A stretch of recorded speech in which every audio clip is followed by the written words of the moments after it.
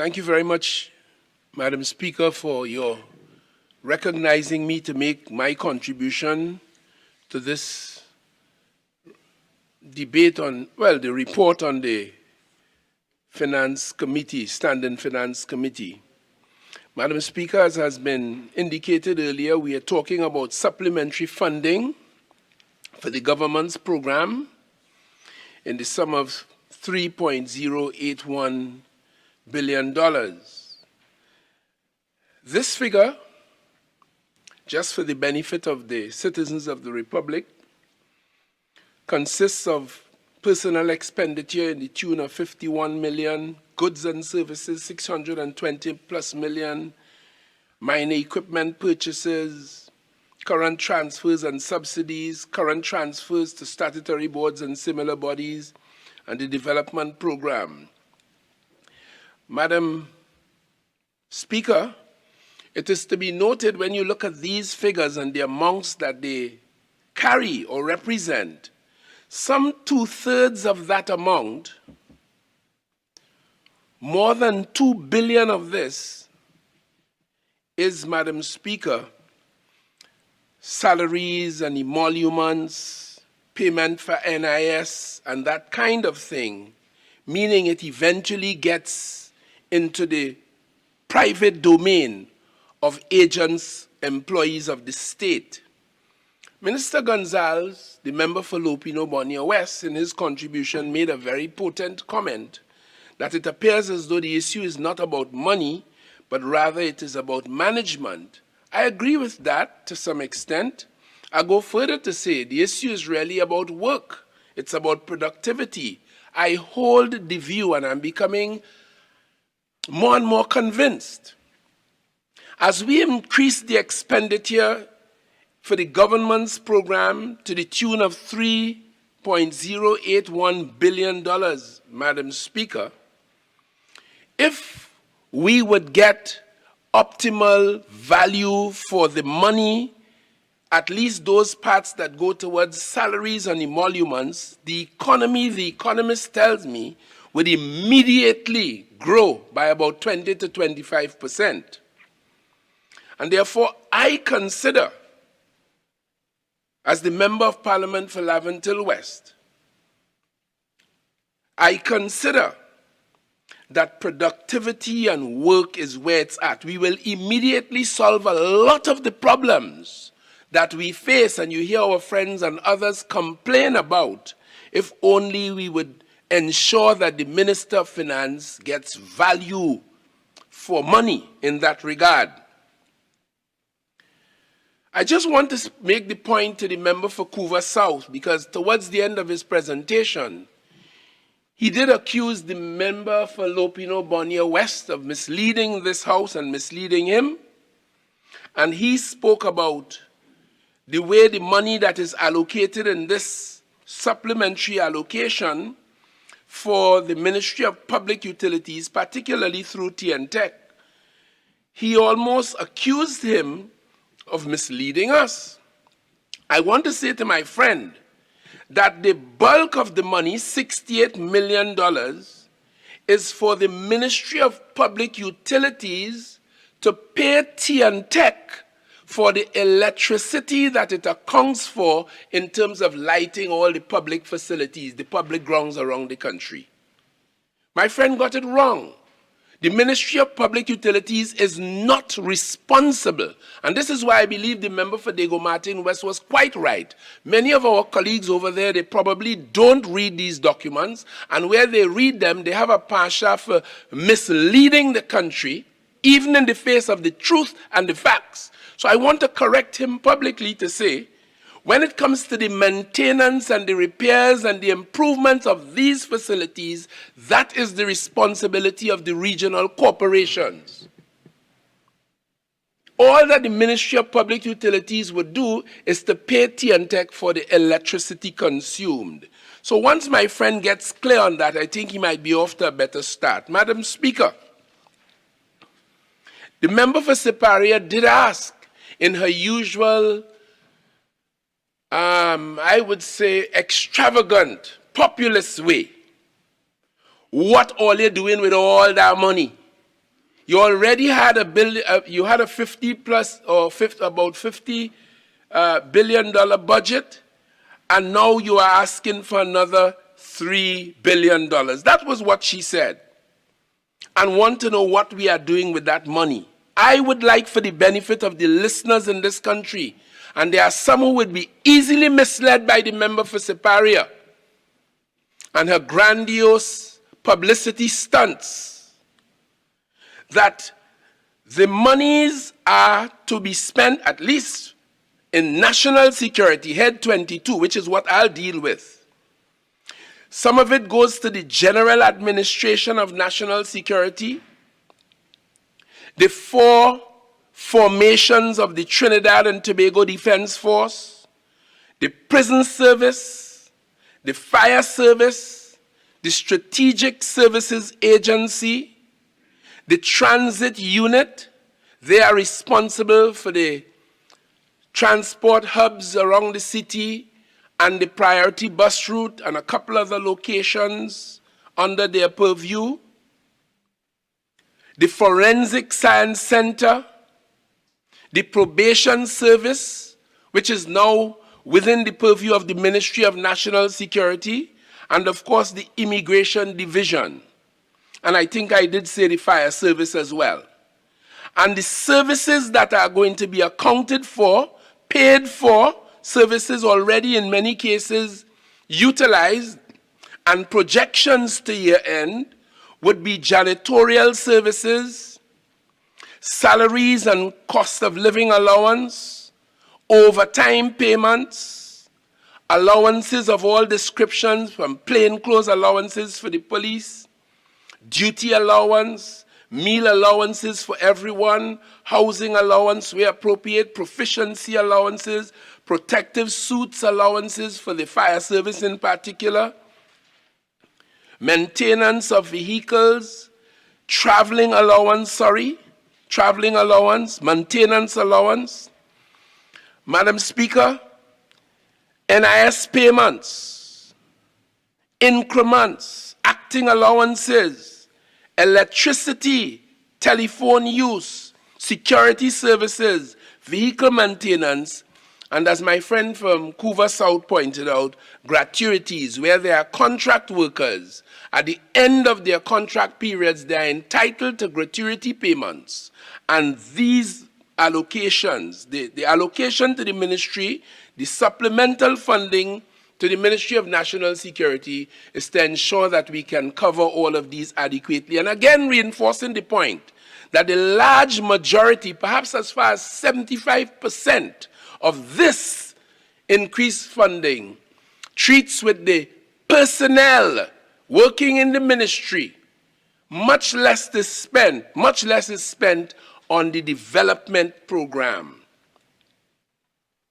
And therefore, I reiterate, in my view, it is critical that Trinidad and Tobago, for the sake of this economy, and those who operate in national security, and indeed in every government department and agency, if we strive to operate optimally, the economy would grow, we'll resolve some of the bugbears we face, and all would be a lot better off. We'll even feel better about ourselves. Because as the Quran says, to work is to pray.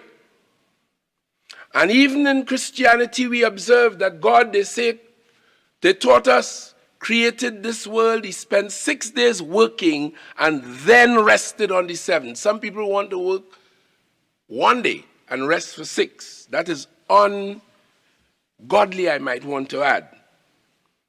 Madam Speaker, the member for Couva South made passing commentary on the question of pension payments, and I simply want to say, and he accused the Minister of Finance of not caring for those who must benefit from that. But I want him to know it was this Minister of Finance, within recent times, who made an arrangement, which is now in vogue, for the payment of $3,000 to persons upon their departure from the office, pending the final calculation of and payment of their pensions, just to make sure in the intervening period they are not discomforted or discommoded, as happened previously for many years.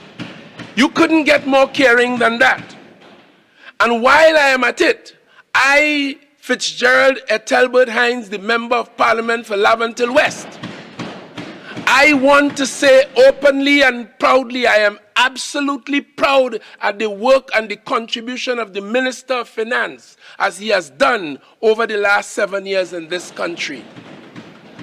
It has not been easy, and I have watched very closely all of the budgets, all of the supplementary fundings, all of the things. I've watched in the cabinet the way he's had to manage this, and the Prime Minister is right.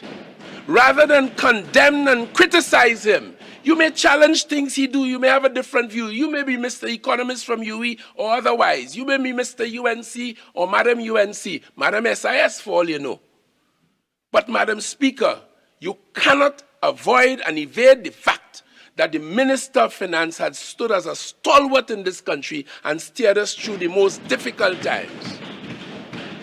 And that's one of the many reasons why I am so proud to be PNM.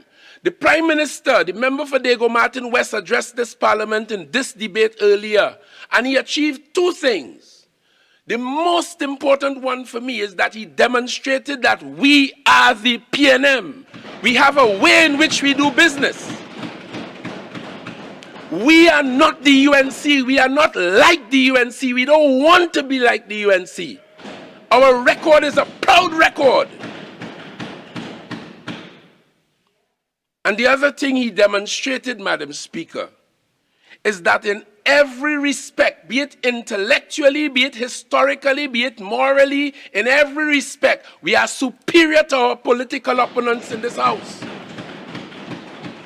And that's the reason why this country, as the member for Princestown correctly pointed out, has chosen us to run the affairs of this country for more than 78% of the life of this country as an independent nation state. It's because of our record. And for the last few weeks, when it was spyware, and the member for Siparia raised it, I'll come back to that, and all of the machinations and all of the things they have been doing in the national community, it is designed to give the impression that we are like them. We are all from the same, I have a metaphor for it, but they find it offensive. We are all alligators. That's what they want to sell. But we are not. We are the PNM. We're not like you. And we don't like your ways. Madam Speaker, and in all you have heard, Madam Speaker, in all you have heard all day today since we started at 1:30, the one thing you have not heard, the citizens of this country have not heard, is that any one of our colleagues accuse anybody on this side of interfering dishonestly with public money. Not one.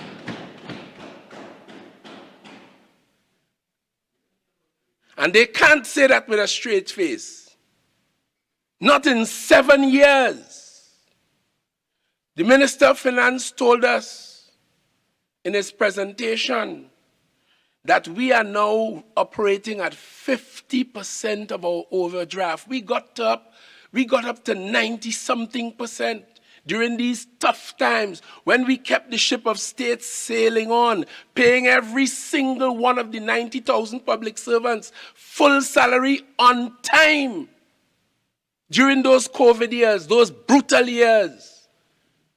And it was refreshing for me to know on behalf of the people of Laventille West that we have brought this thing down to 50% of the overdraft. When he came to office, he reminded us today, the Minister of Finance, when we came to office, he was told gleefully by the then outgoing governor of the central bank, you have 3 days to do it, 3 days to survive.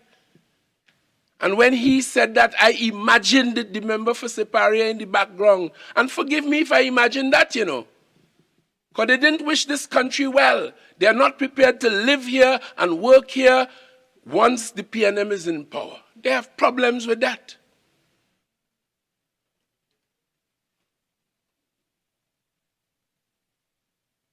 And I have evidence and feeling that she was somewhere in the back. The member was somewhere in the background. I'm sorry. The member was somewhere in the background because it wasn't long after that former governor appeared here as a senator in this parliament on the invitation of the member for Siparia. But that's another matter. Our debt to GDP, 72%. At one time, it was 94%. When we were struggling to keep this thing going, to pay even the salaries on our friends on the other side, to keep the school system going, even though it was online, to keep the hospitals going, challenged as they were with a parallel health system. We have every reason to commemorate and to celebrate the Minister of Finance. Madam Speaker. Madam Speaker,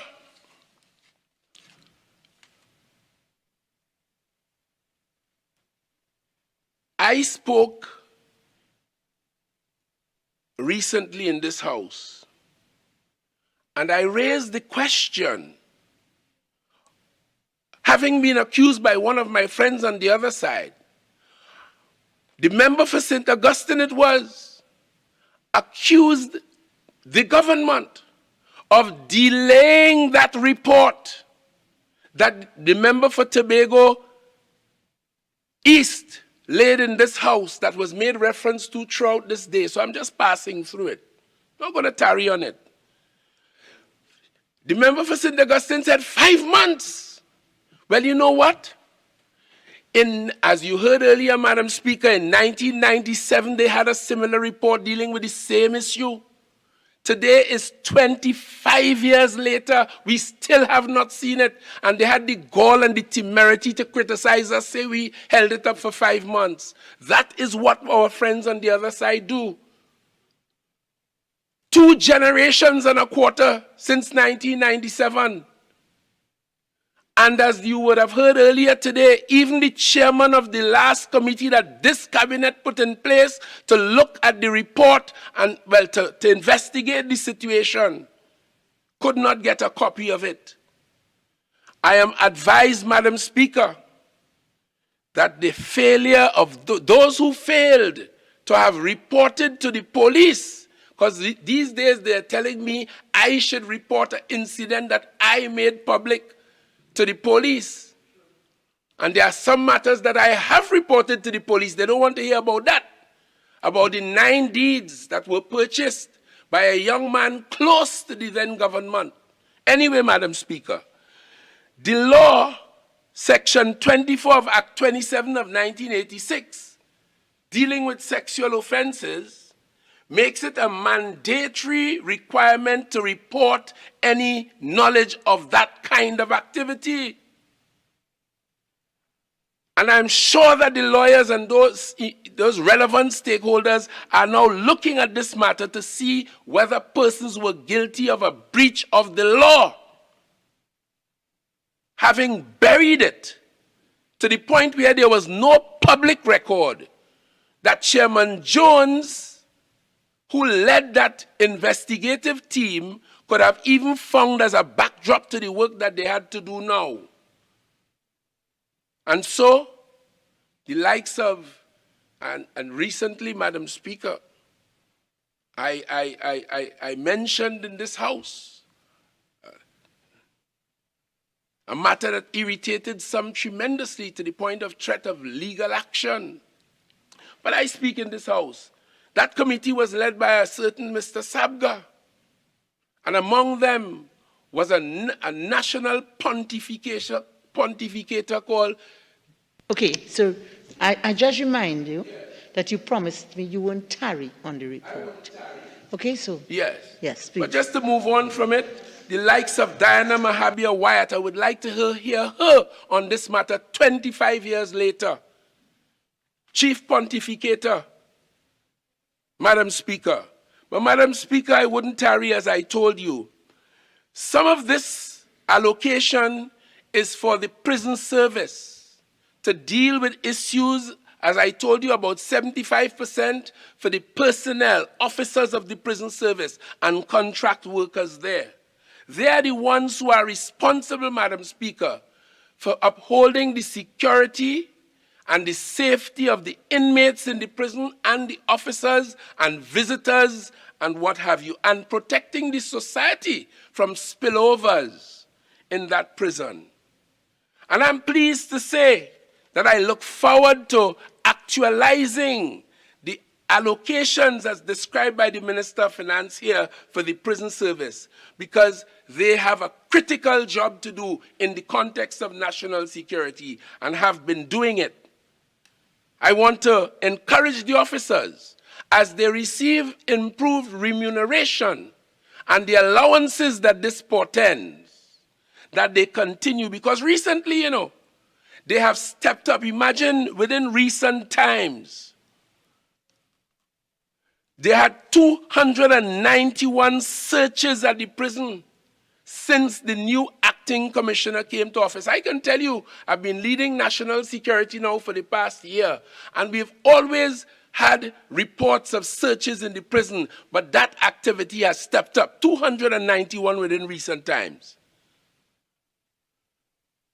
yielding some 14,000 grams of marijuana, 223 cell phones, 9,159 cigarettes. And while you may think that that is a destructive element that will generate cancer, it is not only that, you know, Madam Speaker. Inside of that place, a cigarette sells for as much as $200. Recently, 2 prison officers are now under investigation, one having been seen from the allegations and from evidence available so far, with as much as 3,500 cigarettes in one package, you know. That is worth in the prison over $525,000 if they are sold at $150 each.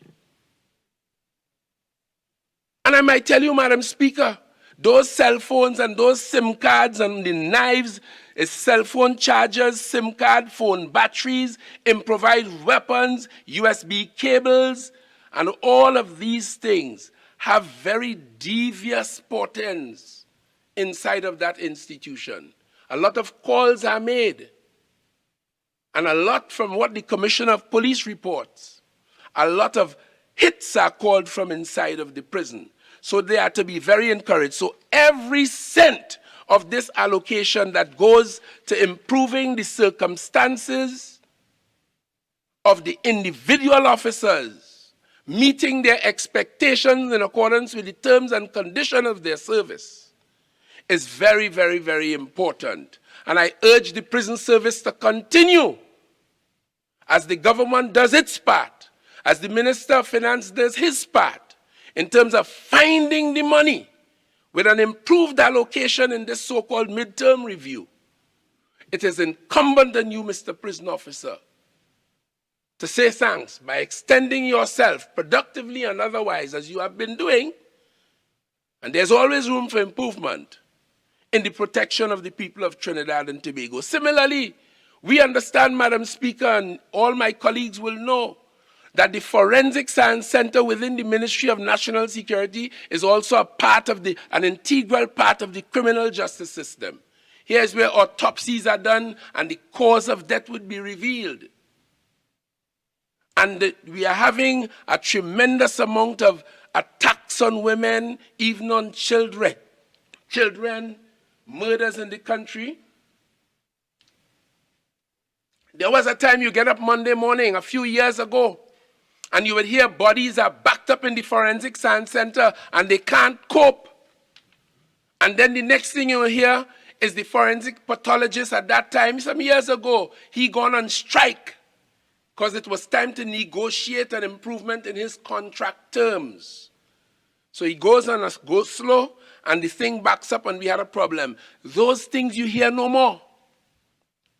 And the allocations, the increased funding includes the Forensic Science Center to pay gratuities and to pay allowances to those who work in that important state agency. And I'm equally pleased to have you know, With all of that, I think Easter weekend we had 15 murders. Those are the unfortunate facts. Allowances to be paid to these people so that they will continue doing their stuff as an important part of the criminal justice system. We have employed within recent times 2 pathologists and another 2. So we have 2 in service now, and as I speak to you, Madam Speaker, another pathologist is being processed. We expect that he will get on the job very, very soon. Madam Speaker, no backlog in daily cases, and today with the COVID circumstance around us, everybody that comes to the Forensic Science Center has to first be tested for COVID. That takes an extra day or sometimes 2. Until you get the results back and you know, well, it's not COVID positive, then the pathologist is able to do his work. Very constrained circumstances. COVID changed everything. And even in that, we have improved the performance of the Forensic Science Center, because when I went there a year ago, I decided I will continue the good work done by the member for St. Anne's East. And so it has gone on, Madam Speaker. No backlog and all that. We employed an additional 2 more 3 attendants, taking us to a total of 7, Madam just Speaker, to ensure that the work continues. Standing Order 48-1 and 87-2, please. They don't want to hear good news. Please continue. Thank you very much, Madam Speaker. These obtrusive friends of ours on the other side, they don't want to hear good news. They want to, I mean, as you heard earlier today. Anyway, Madam Speaker, let me continue. Madam Speaker, part of this improved allocation will deal with immigration, officers of the Immigration Service, some of whom serve at the heliport facility. That's a immigration center where they assess. And then we have the counter-trafficking unit of the Ministry of National Security that screens every single person that comes to the attention of national security for trafficking indicators. And both of these will benefit from this improved funding. Today there was a story in the paper, or yesterday it was, a long story about goings-ons at the heliport. I, as Minister of National Security, took the trouble to make contact with the counter-trafficking unit and the Special Investigation Task Force of the Police Service that works in collaboration with the counter-trafficking unit. And this morning I conducted a meeting with the ambassador, the new ambassador of Venezuela to Trinidad and Tobago, His Excellency. And between the Venezuelan ambassador, the counter-trafficking unit, and the Special Investigations Task Force, not a single one, including the Venezuelan representative here, could bear support for any of the allegations made in that newspaper report. None. And in fact, the police told me, Madam Speaker, those who will benefit from these allocations and who we must make available what they are entitled to.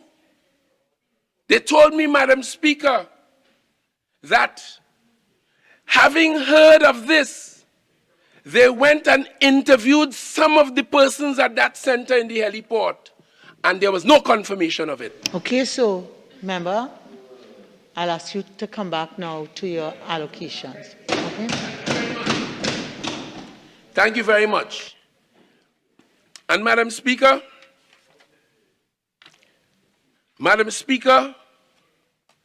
questions were raised about $66 million for the Strategic Services Agency by the member for Siparia.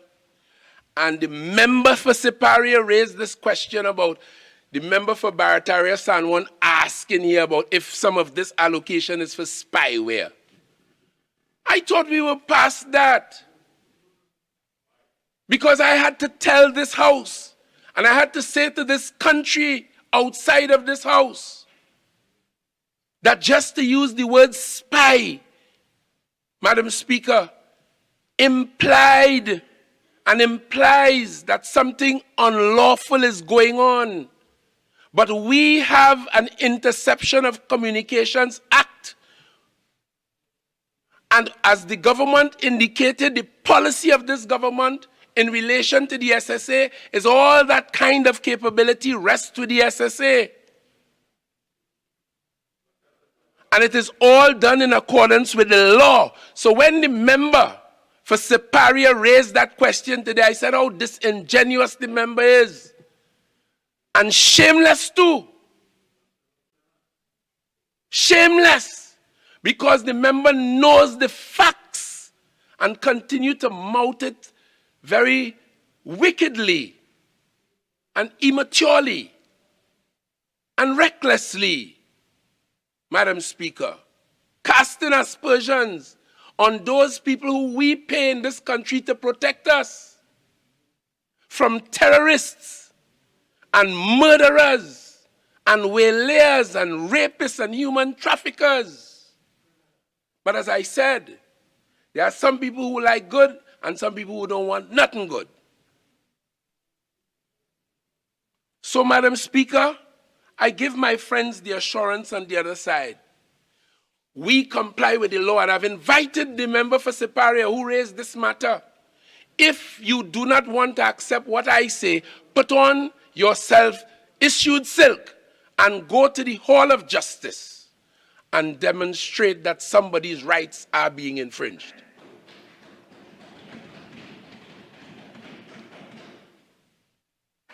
Madam Speaker, so these allocations are to take care of outstanding NIS payments and monies due and owing to personnel, and as I indicated, to acquire 3 standby generators and a small part of it to upgrade the CCTV camera system at Piaco.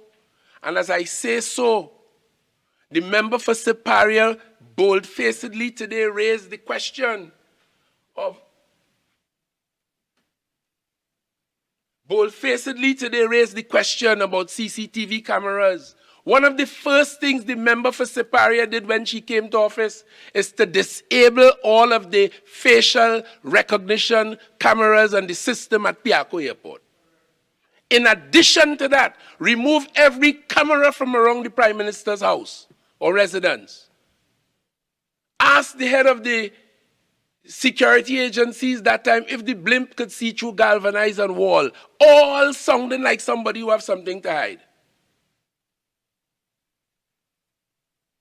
And went on to do worse. So let me put it and make it abundantly clear. The SSA is an establishment set up under the laws of Trinidad and Tobago, and they comply with those laws. And I ask my friends on the other side to stop rumor mongering. I heard someone today raise the question of gender-based violence and what is happening. And I just want to say, we have gender-based violence, the child protection unit and the gender-based violence units across the police service. They actually have locations at the Sinclair Police Station, the Maloney Police Station, the Besor Street Police Station, the Sangre Grande Police Station, the Carenage Police Station, Chaguanas, Gasparillo, Labre. I rise on 48.1. I fail to see the line item that the direction in which he's going about gender-based violence, wherever. Member, I'm sure you've been here for most of the debate, and my recollection is the member for Princess Town raised those issues, and the member said, he prefaced his statement in saying he heard somebody mention, so it's in direct response to that. I'm sure you were here at that time, because you've been here most of the day. I have to give you that. I have to give you that credit. You've been here most of the day. Yes, yes. I see, Madam Speaker. I thank you very much, Madam Speaker. And Madam Speaker, these units are up and functional and doing what they must in Trinidad and Tobago. They have easily accessible on our website at National Security and on the police website all of the telephone numbers that a victim or a person can call to get their support 24 hours per day. The National Domestic Violence Hotline 800-SAVE or 800-7283, that is operational all of the time. This morning, we tested it. I called the minister responsible and raised the issue, and the minister continues to monitor this to ensure that the people of Trinidad and Tobago who need the support of those who we improve their circumstances with this increased allocation today, Madam Speaker. And when we were in committee, and this is a debate on the report of the committee, I heard my friend who jumps up like a wooden toy. Member,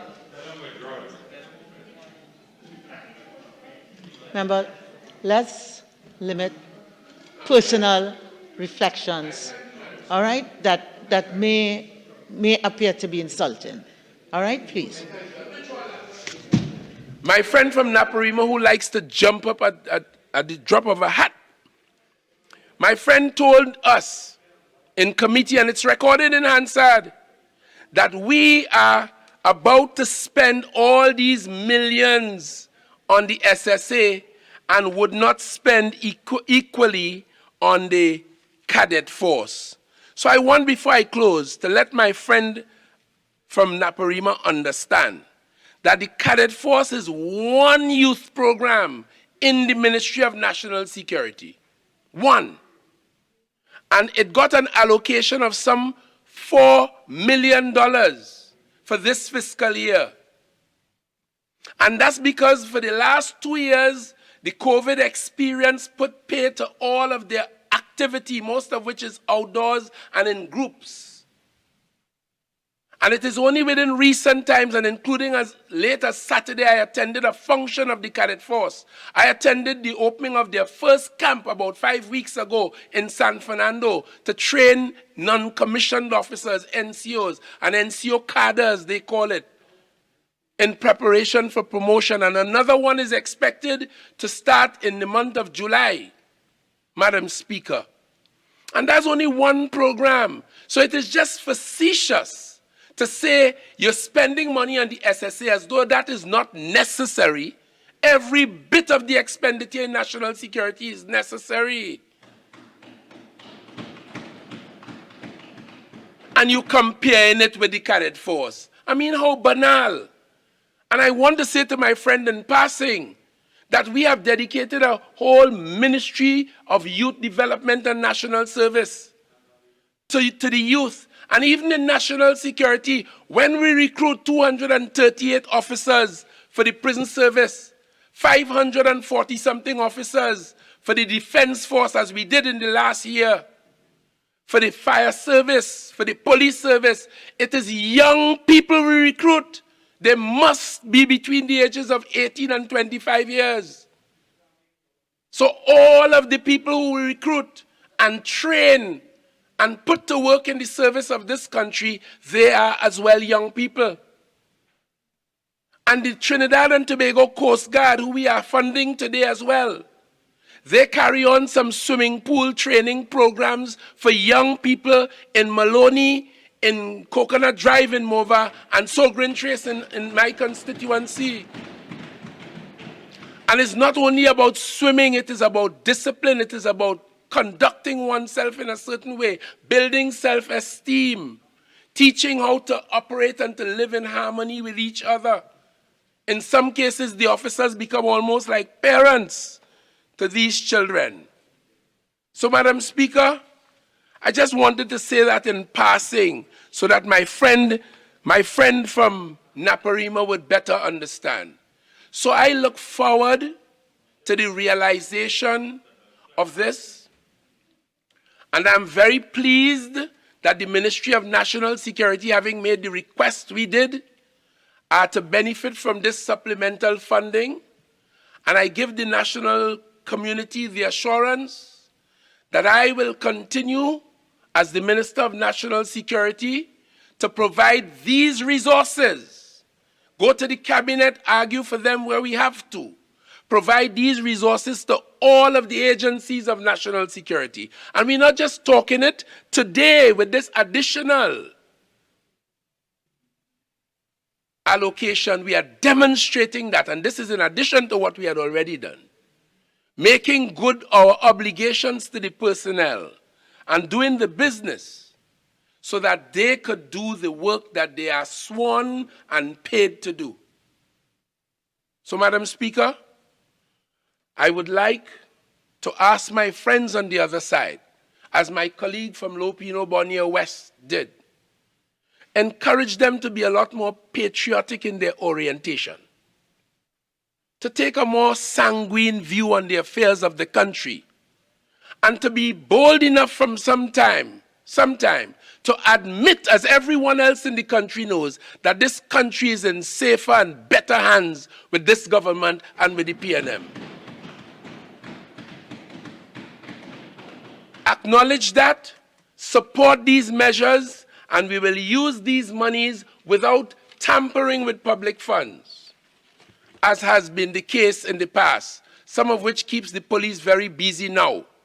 As for my friend, the member for Oropuch, my friend from Lopino Bonnier West did correctly ask him, and I want to conclude by asking him, not to take every opportunity to play around with the serious business of policing and law and order in this country, and not to be so curious and jiggery. The police have a job to do. I heard him recently call what we do and what we are allocating these resources for witch hunting. And I want to conclude by saying, when the police are on the prowl and they have their work to do, they don't see yellow or red. They see crime, criminal conduct. And if they see a crime and the perpetrator happens to be a politician, it ought to make no difference. So join us in supporting them, Madam Speaker, so that they can do their work in the protection and the safety of the people of Trinidad and Tobago. I thank you. Member for Barataria, stand on.